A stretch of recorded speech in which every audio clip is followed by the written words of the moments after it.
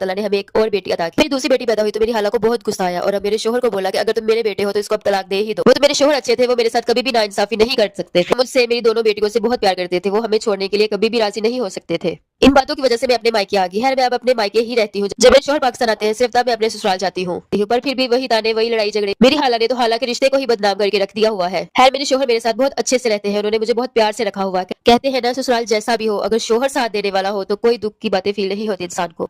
आज मेरी शादी को 7 साल हो गए हैं और मेरी 3 बेटियां हैं। मेरे शोहर अपनी तीनों बेटियों से बहुत प्यार करते हैं, पर मेरी हाला अभी तक वैसी की वैसी ही है। वो अभी भी यही चाहती है कि मेरे शोहर मुझे तलाक दे दे, पर ऐसा कभी हो ही नहीं सकता। मैं अपने मायके ही रहती हूँ और मेरी देवरानी और जेठानी दोनों अलग अलग हो गई है और मेरी हाला अकेली रह गई है। अपने रूम में अकेली रहती है, पर फिर भी उन्हें कोई फर्क नहीं पड़ता। वो फिर भी बात नहीं आती। मैं जब भी अपने ससुराल जाती हूँ बस लड़ाई ताने ही मिलते हैं। मेरी तीनों बेटियां अपनी दादों के पास जाती हैं, पर वो इन्हें पीछे पीछे करती हैं, वो इन्हें अपने पास नहीं आने देती, सिर्फ इसलिए कि वो बेटियां हैं और वो भी मेरी। और जो देवरानी इनको ताने देती है, गालियां तक देती है, उसका बेटा है, वो उससे ही प्यार करती है। पता नहीं क्यों लोग बेटे और बेटियों में फर्क करते हैं, और पता नहीं क्यों मेरी माँ जैसी मेरी सगी हाला मेरे साथ ऐसा करती है। अपनी सगी बहन की बेटी का घर उजाड़ना चाहती है। अल्लाह ताला इन्हें हिदायत दे और खुद को बदलने की तौफीक दे।